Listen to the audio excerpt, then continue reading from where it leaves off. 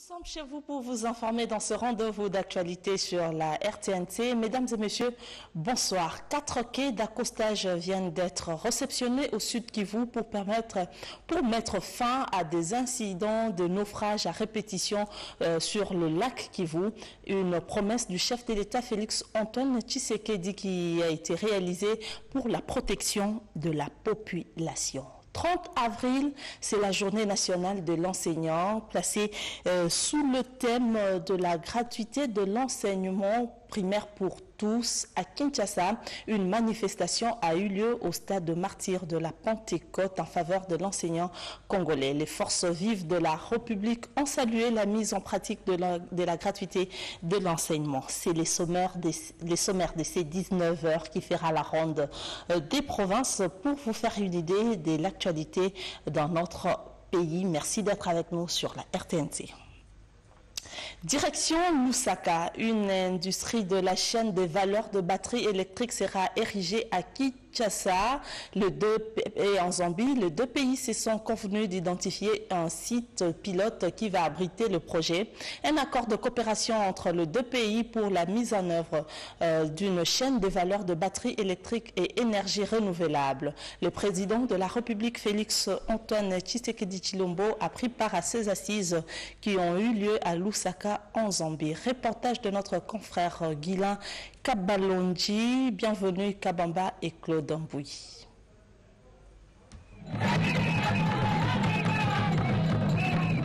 Entre la Zambie et la République démocratique du Congo, c'est l'histoire d'une relation vieille de plusieurs décennies.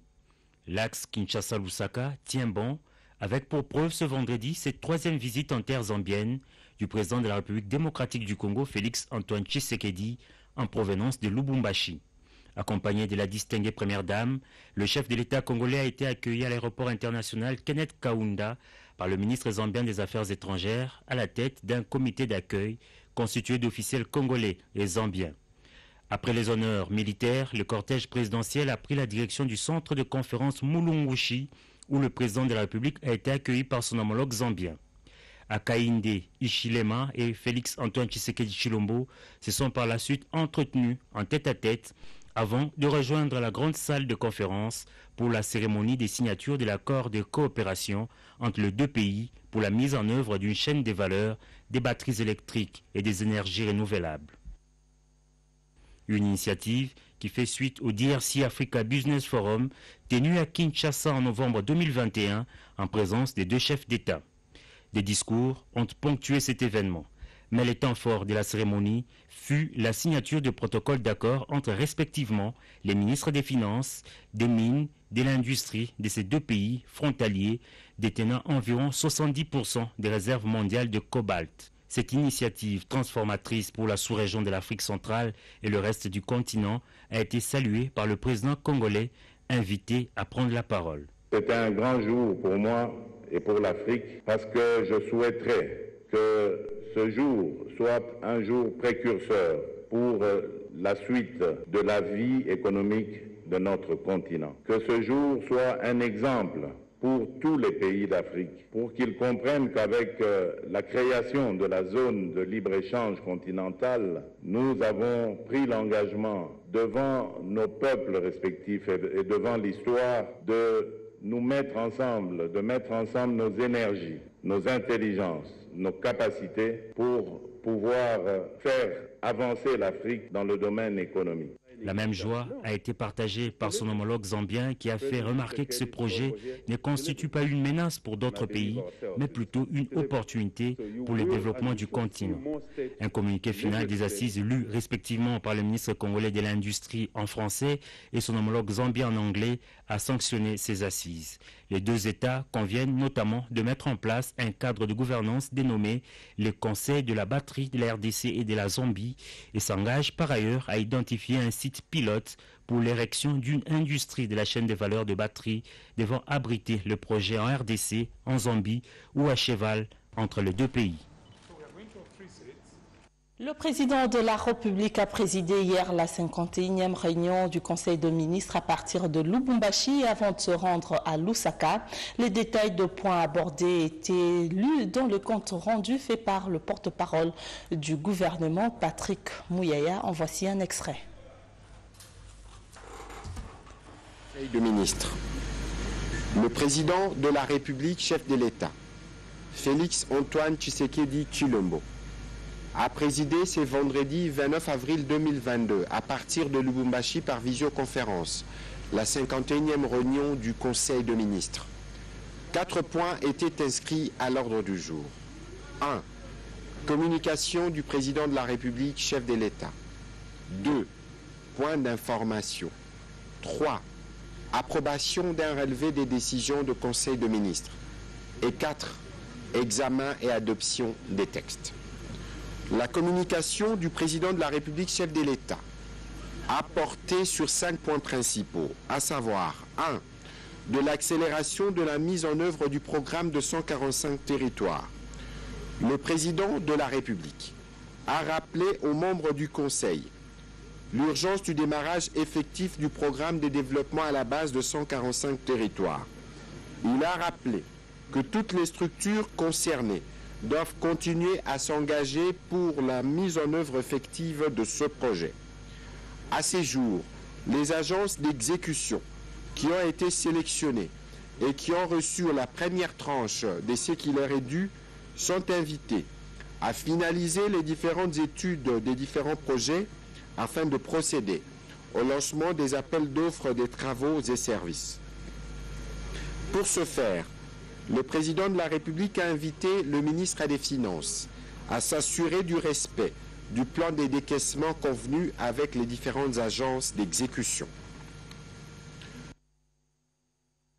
Nobili. La chefferie de Watatinga à Beni dans le Nord Kivu a connu dernièrement des atrocités des inciviques. L'autorité provinciale n'est pas restée insensible. Il a rendu visite à la population et militaires de ce coin pour le réconforter. Constant Dima a également fait l'inspection de la route Mbalou-Kamango. Images et commentaires. Et Kamango, 2 agglomérations situées au pied du mont Rwenzori, étaient la cible et la destination de l'itinérance du gouverneur militaire du Nord Kivu ce vendredi 29 avril 2022. Le lieutenant-général Constant Dima Kongba a emprunté l'axe Mbalou-Kamango pour visiter cette partie de la chefferie de Watalinga, située à une 90 de kilomètres au nord-est de la ville de Beni. C'est pour des mobiles relatifs à la sécurité et aux opérations que l'autorité provinciale a effectué une mission dans cette contrée victime des atrocités des ADF. C'est dans cette optique que le gouverneur des provinces s'est fait accompagner du nouveau commandant des opérations Sukola 1 Grand Nord, le général de brigade Kasongo Maloba et celui des opérations conjointes FARDC UPDF, le général-major Bombele. Question de remonter le moral de tous les hommes qui travaillent sous le drapeau et palper du doigt les réalités sur différentes lignes de front jusqu'au poste frontière congolais de Nobili et précisément à la rivière Lamia qui sépare la RDC de l'Ouganda voisin. Constant Dima a également réconforté et compati avec ses compatriotes de Watalinga pour les actes terroristes qu'ils ont subis de la part des ADF. J'étais en mission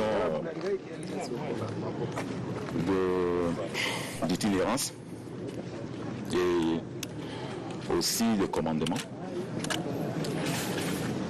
Et vous savez qu'au niveau du secteur Sukola 1 Grand Nord, qui constitue aussi votre entité ici, il y a eu un changement à la tête du secteur opérationnel Sukola 1 Grand Nord. Je suis avec le nouveau commandant qui arrive. Il doit quand même taper du doigt toutes les positions, connaître le terrain. Et moi aussi, de contrôler un peu la route que nous avons ouverte ici, donc d'Embaou au Kamango. Nous l'avons fait pour les besoins économiques et aussi pour les besoins sécuritaires. Je crois que cette route, en devenant fluide, va faciliter la population de Kamango, de Nobili et tous les villages environnants pour l'évacuation des produits vers les centres de consommation. Nous sommes très conscients de la situation et ça fait très mal. Je viens réconforter notre population qui a souvent a été très longtemps mépris, pour que cette population-là ait quand même un espoir donc, de la sécurité, parce que nous sommes en train de travailler pour donner cette sécurité à notre population. Auparavant, au PK51, non loin du pont Semouliki, le gouverneur du Nord Kivu a visité le quartier général du contingent de l'armée ougandaise, UPDF. Là-bas, il s'est entretenu avec le général ougandais Mwanga au sujet des avancées enregistrées dans les opérations conjointes FARDC-UPDF. De rapprochement des communautés tenues à Lubumbashi avec les notables et chefs coutumiers du Grand Katanga et le Grand Kasaï. Les originaires du Katanga soutiennent la cohabitation pacifique pour le développement de la province du Katanga en particulier et la République démocratique tout entière. Reportage. Dans l'enceinte de cette prison centrale de Lubumbashi dans le Katanga, les conséquences des incidents de septembre 2021 sont encore visibles. Centre médical presque vide malgré le travaux en cours. Voilà ce qui reste de la prison centrale de la Kasapa. Dans le but d'humaniser les conditions dans le prison, la ministre d'État en charge de la justice et garde-sceaux a effectué ce samedi une inspection de lieux sur instruction du président de la République Félix Tshisekedi. Une heure de joie pour les occupants de ces centres pénitentiaires. Au problème des nourritures, matelas et autres, la ministre d'État Rose Mutombo a répondu favorable avec un lot important de matelas pour de femmes et mineurs. Deux instructions ont été également données au directeur de cette prison en ce qui concerne la variété du menu. Je compte sur la contribution d'un chacun, puisqu'ensemble, nous allons vraiment changer l'image de nos prisons. Du point de vue des engorgements et réformes du système pénitentiaire, la ministre d'État en charge de justice et garde des Sceaux a déclaré ce qui suit. J'ai eu à réunir le procureur général et le premier président de la Cour. On a échangé la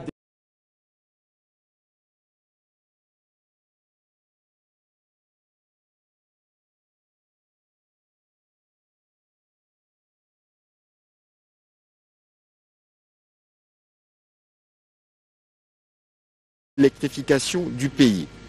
La situation pèse péniblement sur la vie sociale de nos concitoyens et retarde également les développements industriels. Centre pénitentiaire du Haut-Katanga. Poursuivons avec l'actualité toujours en province. La route nationale numéro 2 est menacée de coupures de trafic dans plusieurs tronçons tels que Nyamukoubi et Nyabiwe et même sur le tronçon Goma-Bukavu. Cette coupure peut avoir des incidences sur la vie économique des habitants. Le riverain et même les humanitaires alertent le gouvernement. Un reportage de Pascal Mounima-Sibango rendu par Elie Bouendoa, nos confrères de la RTNC Bukavu. L'axe routier Bukavu-Goma de la RN2 présente les dangers permanents aux usagers du tronçon Nyamukoubi, situé au point kilométrique 82, et Nyabibwe au point kilométrique 103. Le constat est de la délégation mixte Office des routes, FONER, et Bureau technique de contrôle en mission d'inspection et de vérification des ouvrages construits par le financement du gouvernement central à travers PR FONER 2021. En attendant la mise en œuvre du projet de réhabilitation de cette route avec le financement de la Banque africaine de développement, BAD, les travaux d'urgence doivent être exécutés au PK 90 et au niveau du pont Kambouloulou, où un glissement de terre et une menace d'effondrement du pont se font remarquer. On observe aussi plusieurs têtes d'érosion avant Nyabibwe, entre les PK 90 et les PK 99. Un mouvement tectonique s'observe au PK 101 chez les Français et aux autres endroits plus dangereux. Le directeur provincial de l'Office des routes, l'ingénieur Anissé Kakessa Tamukombo, a parlé de l'urgence qui s'impose. Par exemple, chez les Français, à moins de construire un ouvrage, un pont qui relie les deux points, là d'accord. Mais si on ne construit pas un pont, je pense qu'il faut dévier. Nous sommes venus visiter les urgences qui se posent avant l'application du PR 2022. FONER est avec nous, le BTC est là. On va nous donner les moyens, nous allons travailler. La délégation a visité deux ouvrages construits dans le cadre du PR 2021 sous financement du FONER. Suite au mauvais état de la route, la délégation s'est arrêtée à mi-chemin entre Nyabibwe et Minova. On l'a plusieurs fois dénoncé, la recrudescence de cas de naufrage sur le lac Kivu. Aujourd'hui, 4 quais d'accostage sont déjà prêts en vue de réduire les accidents qui endeuillent des familles et même la nation. Ces ouvrages promis par le président de la République Félix Antoine Tshisekedi ont notamment été érigés à Kalehe, Kanyezire, Kasumnu et Minova. Ils ont été réceptionnés au grand bonheur de la population. Voici la vue nocturne des 4 quais construits par les chefs de l'État, Félix Antoine Tshisekedi Tshilombo, dans les territoires de Calais, au site Kivu. Des infrastructures qui respectent les règles de construction et de l'architecture. Débutés en 2019, les travaux de construction de ces ports publics ont été retardés à cause de la pandémie à Covid-19. Aujourd'hui, le bénéficiaire demande aux autorités de tout faire pour inaugurer ces ouvrages.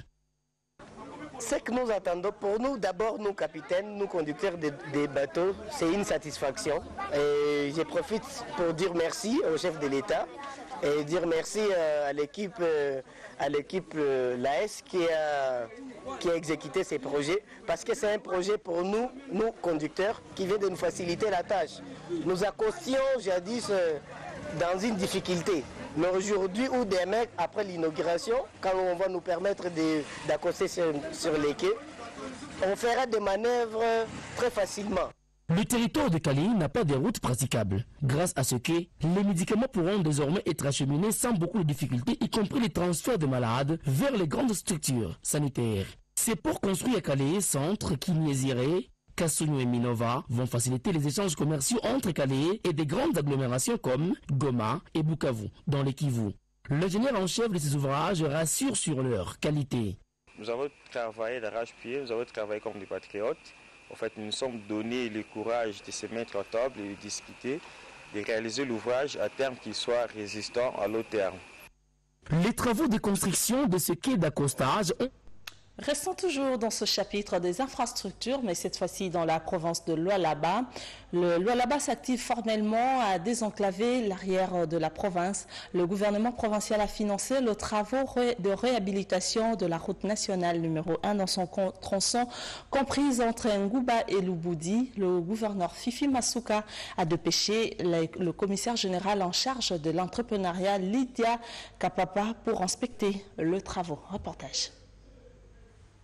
National numéro 1 dans les tronçons Ngouba et Luboudi évolue normalement et à pas de géant. Travaux financés par le gouvernement provincial que dirige Madame le gouverneur intérimaire Fifi Masuka Saini et exécutés par l'entreprise Roma. Pour se rendre compte de l'évolution des travaux, l'autorité provinciale a dépêché sur le terrain Madame le commissaire général en charge de l'entrepreneuriat Lydia Kapapa. L'émissaire de Fifi Masuka Saini s'arrêtait pour suivre les explications du chef chantier et vérifier la qualité du ballast utilisé. Pour les chefs de chantier, ces travaux consistent à stabiliser la route en terre battue avant d'y imprégner une couche de produit pour éviter la poussière. Satisfaite du déroulement des travaux, Lydia Kapapa a encouragé l'entreprise et a émis les vœux de l'autorité provinciale Fifi Masuka Saini de voir les travaux se terminer dans un bref délai. Un offre de soulagement pour les usagers de cette route qui encourage l'exécutif provincial qui s'est impliqué personnellement pour désenclaver ce tronçon du Lualaba longtemps oublié.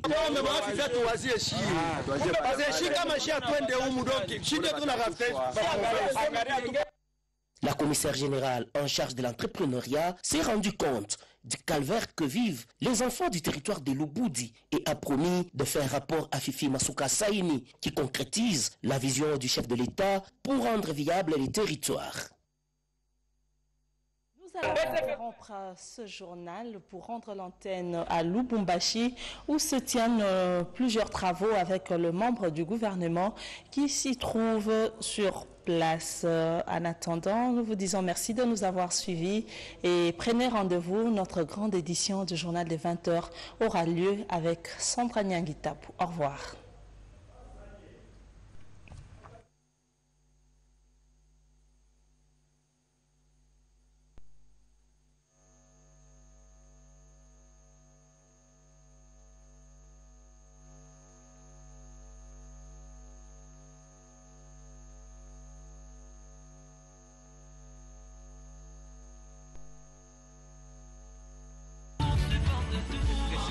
sous le chapiteau érigé à l'hôtel Pullman ex-Carabia aux abords du lac artificiel pour donner justement une dégage une beauté pittoresque à ce cadre magnifique et parmi tant d'autres qui regorge la ville qui préfère de Lubumbashi. C'est bien le cadre choisi pour la rencontre de ce soir.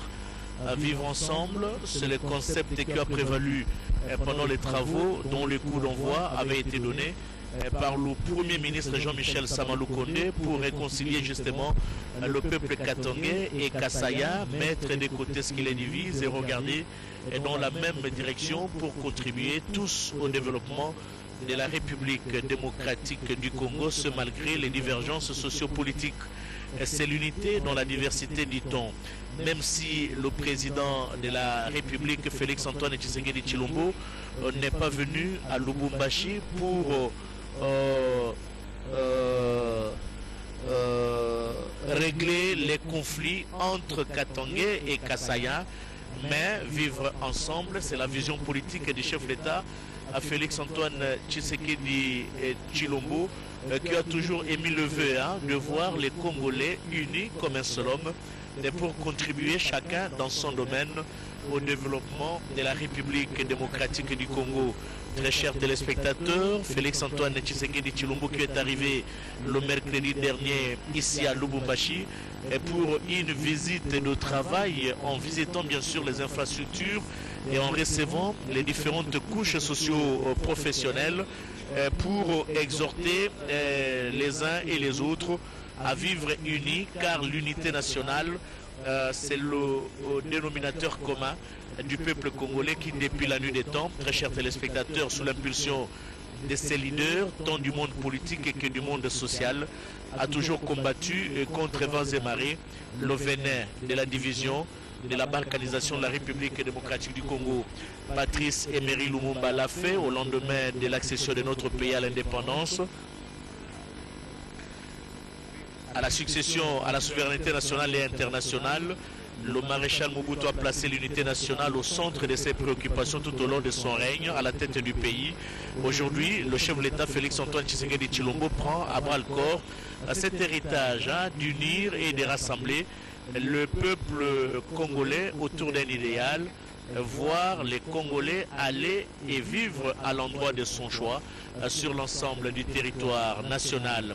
Et l'arrivée du président de la République Félix-Antoine Tshisekedi Tshilombo à Lubumbashi a été très bénéfique pour consulter tout le monde. C'est une illustration majeure et éloquente d'unir et de rassembler davantage le peuple congolais appelé à vivre ensemble. Mesdames et messieurs, où que vous soyez à travers le monde, vous le remarquez au travers de ces belles images qui vous arrivent sur votre petit écran. La RTNC, chaîne des grands événements, est heureuse de vous retransmettre cette importante rencontre entre le président de la République et les différents